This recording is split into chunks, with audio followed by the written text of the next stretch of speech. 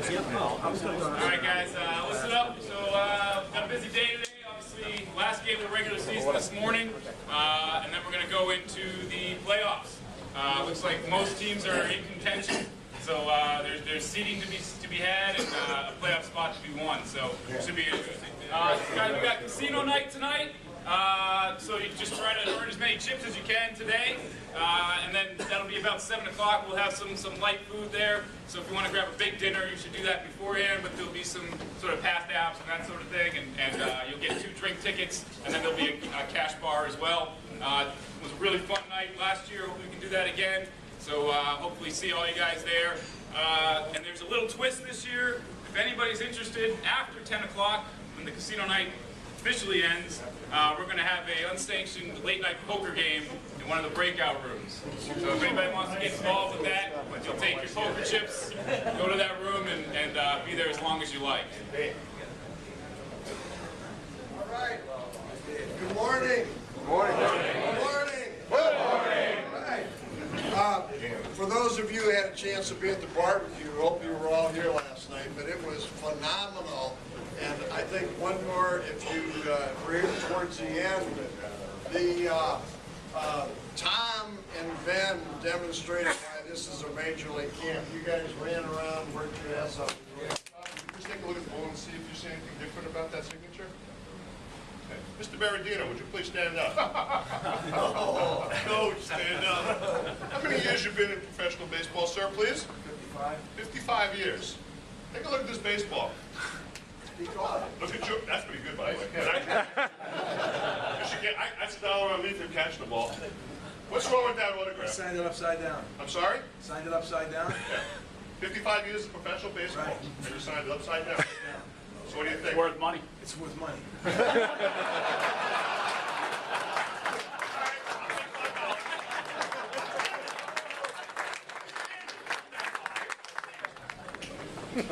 All right, we want to go over yesterday's games quickly, and I want to introduce the first coach manager because he's leading the team in the Trainers Award, and he did that without playing.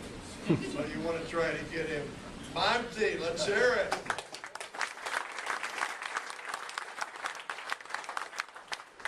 To you, I appreciate it. My colleagues, I appreciate you letting me go first. Someone was getting close to me as far as winning the training room award.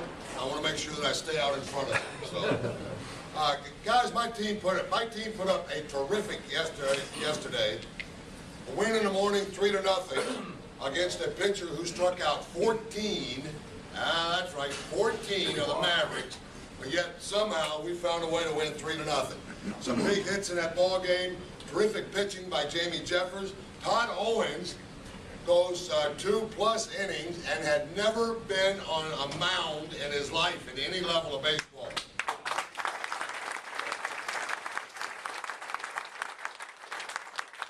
Our pitching staff worked out of 3 different bases loaded situations. And one of those bases loaded situations was when the home run king was hitting.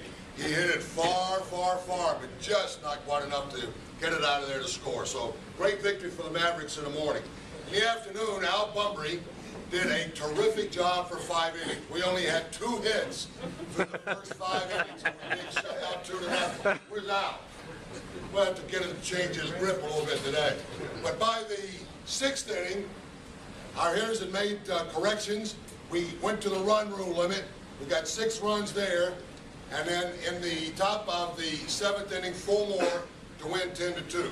The important thing about yesterday's ball game, everybody in the lineup, whether it was a hit or whether it was not just simply putting the ball in play, did a great job doing that. That allowed us some base advancement to score those runs. More importantly, the infielders and outfielders handled almost every chance flawlessly. And Jamie, where's Jamie Jeffers? How many infielders in here would like to throw to that as a target over first?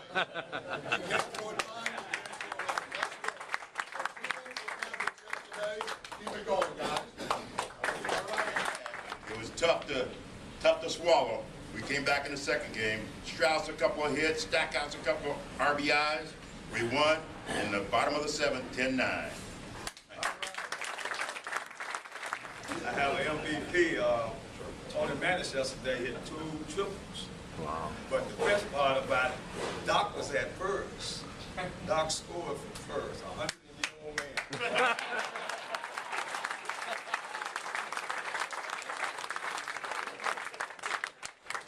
I got a correction. You a little lightheaded? It was Mr. Lynch who's got the pulled hammy, not Mr. Gilbert. I didn't want to throw Mr. Gilbert under the bus. Why y'all fucking with my show, man? You a little Back over lightheaded? there and let me tell my story. Here we go. And also, in that ball game, Tony had 3 RBIs. Swung the bat really well. He's a 5-2 player, and he also pitched one in. Hell of a job, man. Outstanding. And in the second ball game, my guys just forgot how to play. They just forgot how to damn play. But we did have one good bright spot, and that was Michael Parrish. Went 3 for 3 with a couple RBIs. That was my MVP for the ball game. But my guys can pitch, and that's why we've been winning. Last year we didn't win shit, so I feel real good about my ball game. I feel good about the playoffs today because we got something for you. Enjoy.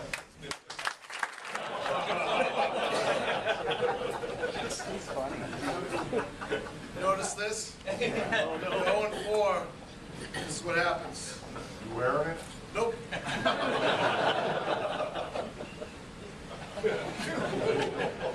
First game, we're getting closer. We're definitely getting closer. We lost 8-3. And Diaz, who did our home run competition, and came in second place. Hit a bomb for a triple, and he's our MVP for the first game. Honorable mention of Mr. Boyer, who had a couple of hits, but it didn't total the distance of that first bomb, so I gave it to Diaz. Second game, inching even closer.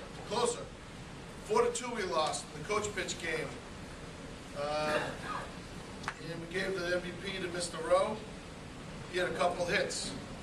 Mr. Gilbert, on the other hand, who has a pulled hamstring and we're pinch running for, beat the pinch runner to first base.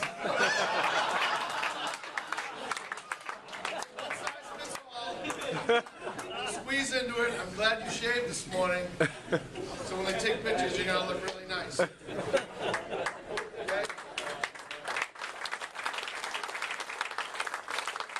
Another thing about this team, I finally figured it out. They thought they were going to the Bruins fantasy camp to play goalie, because you knock it down and then you wait for the defenseman to clear it. I don't know how you guys got here. We happened to draft all of you guys. But I'll give you an A for effort. You guys have been playing hard.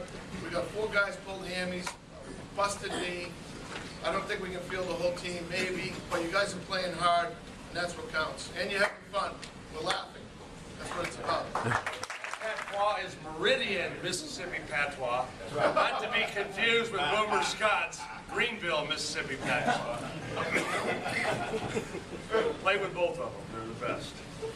My most valuable player in the first game, I put a dentist on the team, and he drilled the first 3 hitters.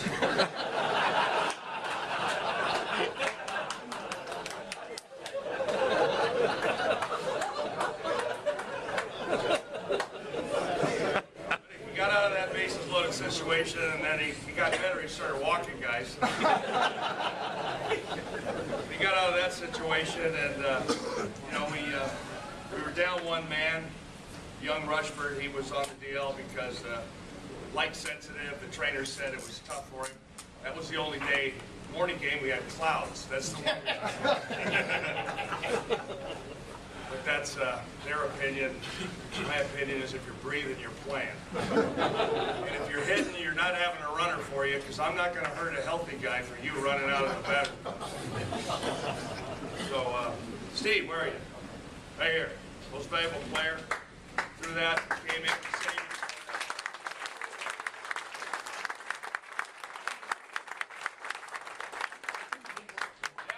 Game, we played a really well-rested team. Really. Hadn't won a ball game. Got off to a 6-0 lead. Then they promptly scored 3 touchdowns.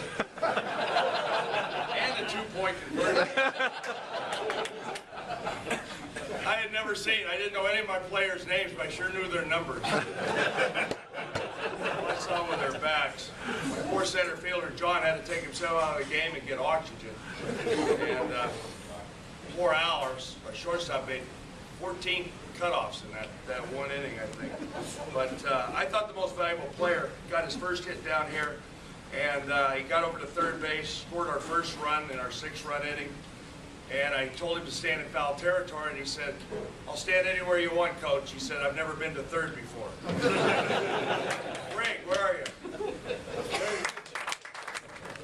Yeah, yesterday morning we had a tie. We ran out of time. We were down 12. We were up 12-10 and 2 outs in the bottom of the 7th. And Bucky's team came back and ended up tying, and we kind of ran out of time. We had 3 guys. Mitchell Breck, 3 for 4, 2 RBIs. Got him playing left field, right field, second base, doing a hell of a job. Mr. Sherman Black, where are you, buddy? Got your first hit yesterday. First game, 2 RBIs. But the MVP for the first game, Buddy Hope, hasn't been able to play in the field because he pulled his hamstring, I think, on the first hit of the first game. But he's been a big bat for us. He was 3 for 4 with a double and an RBI. So good job, buddy.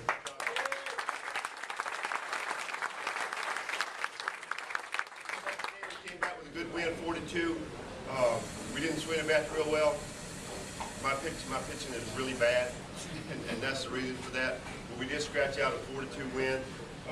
Robbie Black got his first hit, and then got another hit. Real proud of that. He's been waiting on those. He did a great job in limited time because of his legs. But got 2 hits. But Steve Hoyle, 1 for 3 with a double, and he's caught every inning but 2. He's done a hell of a job. First game, played against Stanley Steamers, and it was our 3rd loss, 17-5. We did have a couple highlights, though. One, it was great. It was like a major league relay out there from Darren Healy to Kurt Krause. He kind of one-hopped our catcher, Robert Collins, but he blocked the play. It was a heck of a play out there. It was one of our highlights. The other highlight was Tom Monahan. He was our pitcher, and you might think, well, 17-5, but probably gave up 3 earned runs. We're having a little trouble catching the ball. In fact, I told the guys if they would go after the baseball like they went after their food the other night, they'd catch it. Anyway, 3 for 3, 4 innings pitch, MVP Tom Monahan. A couple minutes ago, our first game we tied with Hobson Zeros. We were down 7-1 in the ball game. Butch failed to mention that. And we came back and took the lead in the 6th inning, 10-9. They scored a couple of runs in the 6th and 7th. They took the lead again, and in the bottom of the 7th with 2 outs, Mark Caccitti came up and they put the pressure on the shortstop. It went in the hole. Shortstop made a nice play, a little off the glove, 2 runs scored to tie the game up. But earlier in the game, Mark got a big 2-run base hit as well. Right. And the one thing I failed to mention, and I know a couple of guys have mentioned this last couple of days, the catchers are really doing a great job. And Mark has been one of our catchers, and he's going out there, and he's one of our rah-rah leader type of guys. And we went 2 for 4, 2 RBIs plus that at bat, so we're going to give the score of the game the first game to Mark. All right, Mark.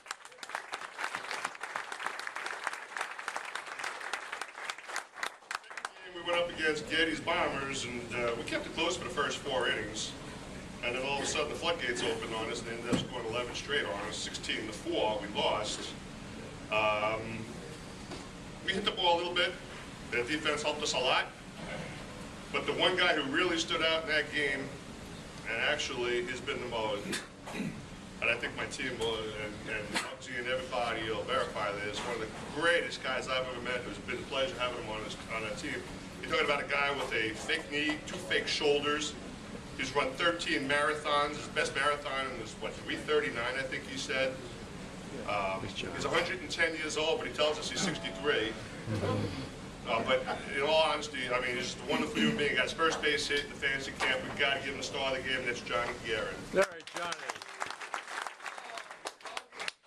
Red Sox were in the hot trash category yesterday. All right, started off against Getty's Bombers, and we ran out of pitching early. And Flegner got a couple of hits for us. Looney got a hit, 2 RBIs. Big Steve-O, Bill Russell will be our MVP because we lost our catcher yesterday for the rest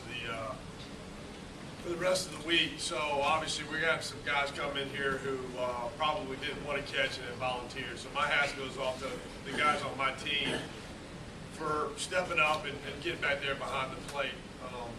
Got to find somebody to catch Patterson this afternoon, but we'll do that. So I'm going to give the MVP to Russell for getting back there behind the plate. He did have a few pass balls, but Dauber and I just set up shop right there on the backstop. So he didn't coach from the dugout. But, great job. You guys battled through that. It's tough. We got wounded warriors here. We got about 3 guys out, maybe 4. But we'll give it to old Big Steve Russell.